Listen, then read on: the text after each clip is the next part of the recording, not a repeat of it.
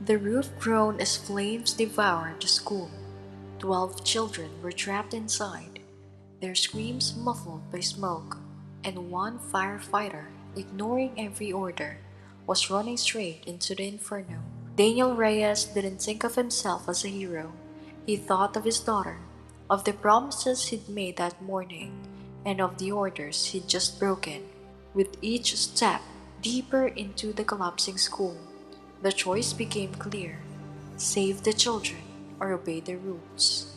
But just 24 hours later, that choice would cost him everything. Before we begin, do you think breaking the rules is worth it when lives are on the line? I'd love to hear your thoughts below. Daniel's old Ford rattled into the firehouse lot, coughing like it might die right there. Station 19 sat on the edge of downtown, a squat brick building weathered by years of smoke and storms. The bay doors were opened. Laughter spilled out with the smell of burnt coffee and diesel. He paused, fingers tapping the wheel. In his shirt pocket, a folded drawing pressed against his chest. Sophia's drawing. A stick figure in yellow and red, arms stretched against the wall of flames. Scrawled in 7-year-old letters. "You're a hero, Daddy." He'd kissed her forehead that morning, smiling like it was true. But the word still felt heavy. Heroes were for movies. He was just a man who showed up when alarms screamed. Ordinary, breakable. Inside, the kitchen buzzed. Big Mike laughed so hard the walls shook. Tommy argued about pancakes. Captain Cooper leaned against the counter, calm as ever. "Danny boy," Cooper barked, "settle this. Tommy thinks he can out-eat Mike." Daniel grinned, grabbed a chip mug. "Mike wins. Tommy talks big, but I've seen him surrender to a third slice of pizza." Laughter roared. For a moment the world was simple. Coffee steaming, batter sizzling, brothers teasing brothers. But his hands drifted back to the pocket, to Sophia's voice in his head. "You're a hero." He looked down at his coffee. "You ever think about that word? Hero?" "Kids see it differently," Cooper said. "To them, the one who shows up when it's scary, that's the hero." Daniel didn't answer. He didn't know that in just a few hours, those words would haunt him. Because across town, inside Jefferson Elementary, a single wire sparked, paper caught, and the clock began to tick for every child in that building. The alarm shattered the quiet like glass exploding on concrete. Daniel's coffee cup hit the table. Chairs scraped. Laughter died. 6 men turned to a single machine, moving with precision born from countless drills. "Structure fire, Jefferson Elementary." The dispatcher's voice crackled, sharp with urgency. Multiple calls, smoke visible. Jefferson Elementary. Daniel's stomach clenched. Sophia's friends and some kids he knew. The truck screamed through downtown, sirens ripping open morning calm. Daniel sat rigid in the cab. Daniel sat rigid in the cab, gear heavy on his shoulders, heart heavier in his chest. 6 blocks. That's all that separated normal from nightmare. Then he saw it. Smoke boiling into the sky, black and angry. The kind of smoke that meant something inside was being devoured alive. They arrived to chaos. Parents clawed at barricades, voices raw with terror. Some cried, some begged, all desperate. "My baby's in there," a woman screamed. Another man shook a cop by the vest. "Second grade, Mrs. Peterson's class." Daniel's eyes snapped to the building, and his blood iced over. Faces, small faces pressed against second-floor glass, hands pounding, mouths open in silent screams. The radio barked orders. "Defensive up, maintain perimeter. The building's compromised. Wait for the ladder. ETA, 10 minutes." Daniel did the math. Those kids didn't have 10 minutes. The school groaned, deep and awful, like something dying. A window blew out, glass raining down like knives. People screamed. Daniel's hands brushed his chest pocket. Sophia's drawing was there. Crayon, hero in a yellow coat. Arms outstretched toward tiny figures. You're a hero, Daddy. The radio again. Hold position. Do not enter. 12 years. Never broken order, not once, until now. Daniel sprinted. Towards the doors. Towards the fire. Reyes. Cooper's voice thundered. That's a direct order. Daniel didn't stop. The heat hit him like a wall as he crossed the threshold. Smoke so thick it clawed his lungs. Darkness alive with firelight. Behind him, the captain roared into his radio. Firefighter entering structure against orders. Immediate backup. But Daniel was gone, swallowed by the inferno, racing towards screams only a parent's heart can truly hear. Somewhere in that burning maze, children were still alive, for now. Inside Jefferson Elementary, the world had turned to smoke and heat. The air was a living thing, clawing at Daniel's throat, pressing against his skin. His flashlight beam vanished after 3 feet, swallowed by blackness. Every breath came through his mask like sucking air through a straw. The hallway that once held laughter now groaned like a dying animal. Ceiling tiles crashed around him. Lockers buckled and twisted.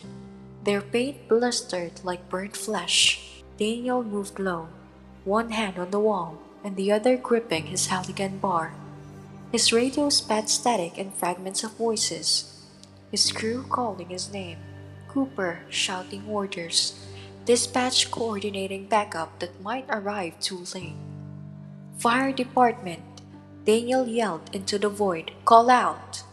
A voice answered, small and terrified. Here! We're here! Daniel followed it, pushing deeper. The fire had started in the north wing, but smoke claimed everything now. His air gauge showed 3/4 full, enough for a rescue, if everything went right. He reached room 12B. 8 children huddled in the corner, and Mrs. Peterson crouched in front like a human shield. Her eyes widened when she saw him. Thank God, she rasped. We couldn't get out. Too much smoke. Daniel scanned the room. Windows, 2nd floor. There was a maintenance ladder fixed to the wall that he'd seen on the way in. Not ideal, but it would work. Okay, everyone, he said, forcing his voice calm. We're playing a game. Follow the firefighter. Hold hands, stay together. A boy with glasses whispered, Are we going to die? Daniel smirked behind his mask. Not today, buddy. Not on my watch. He smashed the window with an elbow, cool air flooding in. He cleared the remaining glass quickly and lifted the kids out one by one, each small body clinging to him like a lifeline. First was Emma, the girl with pigtails. You're brave, Daniel told her. I'm taking you to my friends outside. Second, the boy with the Spider-Man backpack. I'm scared. Me too, Daniel said. But scared together makes us brave. One boy froze, wouldn't move. Daniel knelt, pulling off his helmet so the kid could see his face. Hey, I'm Daniel. I've got a little girl like you. She told me I was a hero, not because I'm not scared, but because I do the right thing even when I am. The boy nodded, gripping Daniel's hand. 5 kids out, then 6. The building groaned, a deep, murderous sound. Fire roared down the hallway like a freight train. Their exit was gone. The window, Mrs. Peterson said. All of us. He helped her through, then passed her the smallest child. Last was Lucy, tiny, red hair like Sophia's. Will I see my mommy again? She whispered. Daniel's throat tightened. Yes, real soon. But you've gotta be brave for me, okay? He lifted her out just as the classroom door exploded in flames. Heat slammed into him like a wall. Fire crawled across the ceiling, devouring everything. Daniel climbed out onto the ladder, feeling it vibrate under his boots. Below, Mrs. Peterson and the kids were safe. paramedics pulling them away. Then a faint voice, over the crackle of flames. He heard it. "Help! Somebody help us!" More voices, still inside. His gauge read 1/4 full. 3 minutes, maybe. The smart move was down. Safety, backup. But being smart wasn't an option. Not when kids were still in there. Not when Sophia's crayon firefighter was folded in his pocket. He climbed back inside. The east hallway was a furnace. Daniel crawled low, his flashlight barely piercing the black. His radio screamed static. His alarm chirped. Low air. Still, he pressed on, checking rooms, kicking doors, shouting through the smoke. The cries led him to a supply closet. 4 children. Mr. Garcia, the janitor, shielding them with his body. "Fire department," Daniel called. "Oh, thank God," Garcia said. "We couldn't move. The hallway." Daniel cut him off. Leading the group back down the hallway to the classroom window, he stared hard at the janitor and asked, "Can you take them?" "Yes, but what about you?" Daniel checked the gauge. "Less than a minute. I'll find anyone else." Garcia hesitated. "You'll run out of air." "Go." As Garcia led the kids toward the light, Daniel turned deeper into the hellscape. His radio caught one last clear command. Cooper's voice, raw with urgency. "Daniel, out now! That's an order." He ignored it. His alarm screamed. He pushed through the smoke, counting every breath, every second slipping away. At last, in 18A, he saw him, a boy crouched beneath a desk, soot streaking his cheeks, shaking. "Hey there," Daniel said softly. "What's your name?" "Kevin." "You're safe now, Kevin. I've got you." 30 seconds of air. No time. Daniel ripped off his mask, shoved it into the boy's hands. "Put this on. Hold it tight." "What about you?" "I'll be fine, but we've got to move fast." He scooped Kevin up and ran. Every breath scorched his lungs. Every step was a war. Smoke clawed at his throat, his eyes. The building bucked and screamed, its bones breaking around him. The window appeared like a miracle, a square of gray daylight in the black. He pushed Kevin through to waiting arms. Heard a cheer from outside. His hands gripped the ladder, but his body refused to pull him through. Hands grabbed him. Firefighters dragged him clear as the building shredded behind him. Daniel hit the ground hard. Tried to rise, failed. Darkness swept over him as shouts blurred into sirens. The last thing he saw, 12 children safe on the asphalt, clutching blankets. Kevin looked back at him. The mask still clutched to his face, and then nothing. Daniel woke up to the sterile hum of the machines and the faint antiseptic sting of a hospital room. The ceiling above him was a white, smooth, and still, a cruel contrast to the chaos he'd crawled out of. Every breath scraped like sandpaper. Smoke still lingered in his lungs like a ghost that refused to leave. He shifted, and pain flared in his leg, bandages tugging against burned skin. The nurse adjusted his IV, her tone soft but edged with reality. "You're lucky. Second-degree burns, smoke inhalation, rest. Lucky." The word rang hollow. Lucky meant alive, not unharmed. Muted news footage flickered on wall-mounted TV. Fire trucks, kids in blankets, parents crying. The headline scrolled like a sentence. "Firehouse controversy. Hero or liability?" No audio needed. He read the captions. "Firefighter violates orders in school rescue. Heroics or recklessness?" One question lingered. 12 children safe, but at what cost?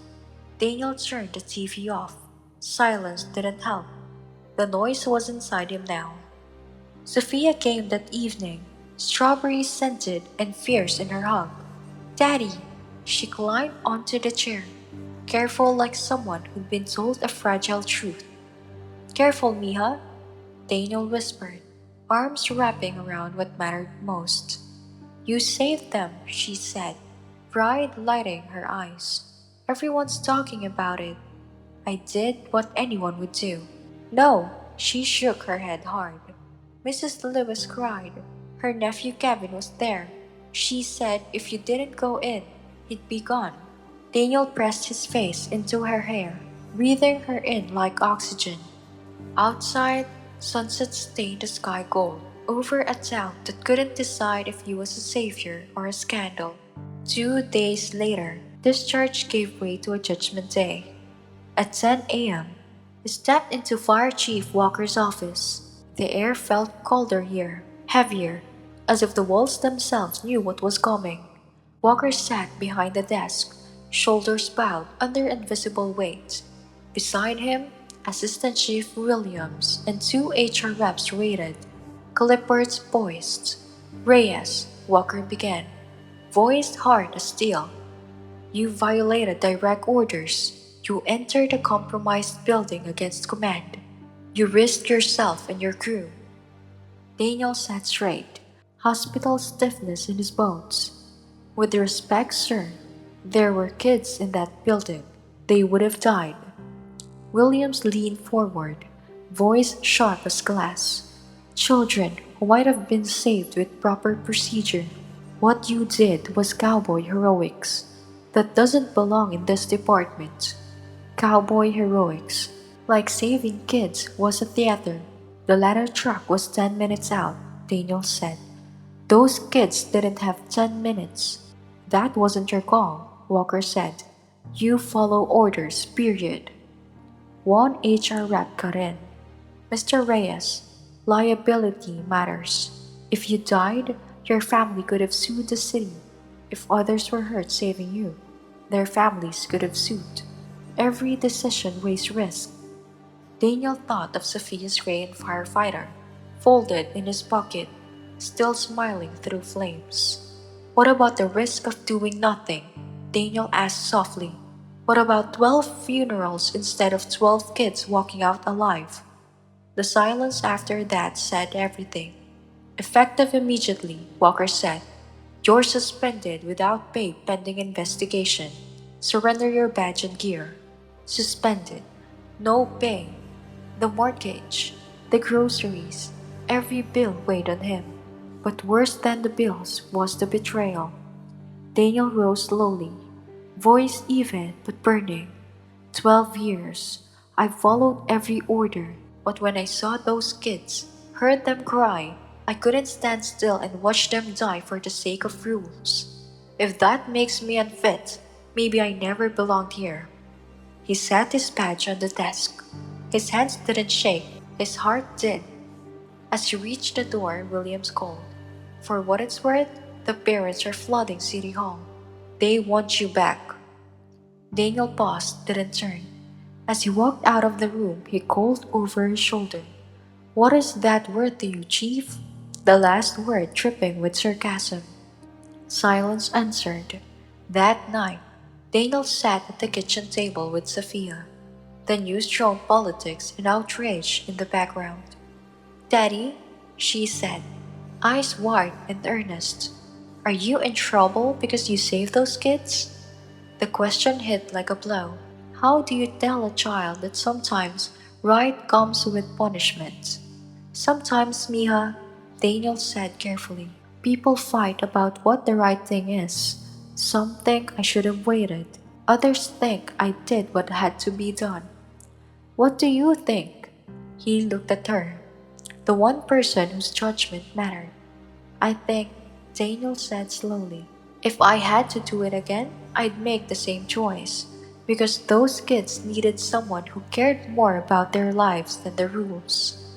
Sophia nodded, small and sure. Kids understand clarity in ways adults forget. Outside, sirens wailed. Another fire, another life hanging in smoke. For 12 years, Daniel had run towards that sound. Tonight, for the first time, he sat still. And the silence pressed down like a weight he'd carry forever. Daniel woke to the deep rumble of engines outside his house. It wasn't the sharp scream of sirens. This was the lower, heavier, like something powerful moving slowly. For a moment, half asleep, he thought it was a dream. Then the sound grew louder, vibrating through the walls. He pushed the curtain aside. Black SUVs, not one, not two, but a full convoy, stretching from his driveway to the end of the block. Windows tinted dark, a presence that didn't belong on Ashford Street. Neighbors were out on their lawns, some in robes, all craning their necks, murmuring questions. Cell phones were up, cameras rolling. This was no routine visit. Daniel's chest tightened. Was this the investigation? A federal team here to make an example out of him? After everything, the hospital, the suspension, were they coming to strip him of more than his badge? Daddy? Sophia's small voice pulled him back. She stood in the doorway, clutching the hem of her pajama top. Hair tousled. Why are there so many cars outside? He forced calm into his voice. I don't know yet, Miha. Stay inside while I check. But as Daniel stepped out onto the porch, his fear dissolved into something else entirely. Because what he saw wasn't a raid, it was a gathering. Camera crews lined in the sidewalk, tripods planted firmly in the grass. Reyes adjusted microphones, checked their reflections in compact mirrors. Police officers created a perimeter as the crowd of onlookers thickened. And then, the first SUV door opened. Uniformed state troopers emerged, all precision and posture. Behind them came staffers with tablets and briefcases, their movements choreographed. Finally, Governor Patricia Mercer stepped out. Daniel blinked, sure he was imagining things. The governor? Here? In his driveway? Cameras clicked furiously as she approached, flanked by security. Neighbors whispered his name like a chant. But Daniel barely processed any of that because the next vehicle were opening, and faces were spilling out, faces that made his throat close. Mrs. Peterson, moving slowly but standing proud despite the lingering weakness in her lungs. Mr. Garcia, in his best suit, nervously smoothed the lapels. And the children? Emma, with her pigtails and quiet bravery. Lucy, the redhead whose small voice had asked if she'd see her mommy again. The boy with the Spider-Man backpack, Kevin, little Kevin, his hand gripping his mother's tightly. All 12 of them, dressed in their best clothes, stepping out like living to answer every doubt Daniel had carried since the fire. The porch railing felt necessary now, something solid to hold on to, as emotion threatened to take his knees. The governor reached the bottom step and smiled up at him. Her expression wasn't political polish, it was something warmer. Mr. Reyes, she said, voice carrying over the hum of cameras and whispers. May I come in? Daniel nodded. He couldn't speak. She climbed the steps, Mrs. Peterson behind her. Then the parents. The children clustered close, peeking out from behind legs, eyes shining with a mix of awe and familiarity. Ladies and gentlemen, the governor said, turning to the crowd. 5 days ago, this town faced one of its darkest hours. A fire tore through Jefferson Elementary. Protocol called for waiting for backup, waiting for equipment. But Daniel Reyes didn't wait. He saw children in danger and he acted. Daniel braced for the lecture, the thinly veiled criticism wrapped in gratitude. But the words never came. Because of his courage, the governor continued. 12 children went home that night. 12 families stayed home.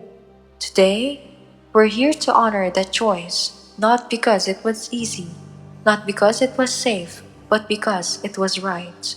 The applause hit like a wave. Neighbors clapped. Some cried. Flash bulbs strobed like lightning. But Daniel barely heard any of it because Kevin had to let go of his mother's hand and was running, his little legs pumping, his arms flung wide. That's him, Kevin shouted. The words bright and fierce. That's the man who saved me. He crashed into Daniel with enough force to make him stumble. Daniel dropped to one knee and Gavin hugged him so tight it hurt, in the best way possible. Then the others came, Emma, Lucy, the boy with the Spider-Man backpack, one by one. They swarmed him, his small hands clutching his arms, his jacket, anything they could hold. Their gratitude was wordless and deafening all at once. Emma pressed a folded paper into his hand, a drawing, crayon bright, 13 stick figures, 12 kids, and one firefighter, all standing under a rainbow. At the bottom, in shaky first grade letters, "Thank you, Mr. Reyes." Lucy leaned close and whispered, "You came back for us." Daniel swallowed hard. Always. Mrs. Peterson approached, tears spilling freely now. Her voice trembled, but her words were steady. "Those kids talk about you every day. They draw pictures of you. They tell everyone they meet about the firefighter who didn't give up on them. You're not just a hero to their parents, you're their hero." Daniel didn't know what to do with that, so he just nodded, his throat too tight for speech. The governor stepped in again, her tone warm but formal. "Mr. Reyes, on behalf of the people of the state, I want to thank you. Your department has agreed to reinstate you immediately, with full back pay. You return to duty as soon as you're ready." The applause swelled louder, echoing down the street. Neighbors cheered. Parents clapped through tears. But the loudest sound, to Daniel, was Sophia's small gasp behind him. He turned to see her standing in the doorway, barefoot, hair messy, clutching her stuffed bear. Her eyes were wide as the sky. She walked toward him slowly, past the cameras and strangers, until she stood in front of the governor. She looked up, seriously, as only a child can be. "Excuse me?" she said. The governor crouched to meet her. "Yes, sweetheart?" "I told everybody my daddy was a hero," Sophia said matter-of-factly. "Nobody believed me. I'm glad you finally figured it out." The governor laughed, real and unguarded. "You were right all along." Cameras clicked like crazy. Reyes scribbled notes. But for Daniel, the world narrowed to his daughter's small hand finding his. The rest of the ceremony blurred. Commendation, speeches, parents hugging him like they'd never let go. The story leaping from local news to national feeds, hashtags exploding, strangers online calling him a symbol of courage. But when the cars rolled away and the crowd thinned, it was just Daniel and Sophia on the porch, the quiet settling like dust after a storm. She leaned against him, her voice soft. "Daddy, what happens now?" Daniel looked at her. The reason he ran into the fire, the reason he'd always run. "Now," he said, "we go back to normal." He smiled faintly, except maybe normal feels a little different now. Inside, the kitchen table was a clutter of homework and crayons. He set Emma's drawing next to Sophia's original one. The crayon firefighter standing tall, flames all around, arms reaching out. Two pictures, two moments in time, joined by a single truth. Sometimes, doing the right thing changes everything. Daniel folded both drawings and slid them into his shirt pocket, close to his heart where they belonged. Outside, far off, a siren wailed. For the first time in days, Daniel didn't flinch. He listened, breathed, and felt something steady settle in his chest. He realized that some fires aren't meant to destroy. They're meant to guide, to light the way for those who come after. Because for Daniel Reyes, saving lives was never about glory or medals or even rules. It was about leaving behind something greater than himself. A legacy of courage, a legacy of hope, a legacy that would live on in every child who got the chance to laugh again. Everyday heroes are all around us,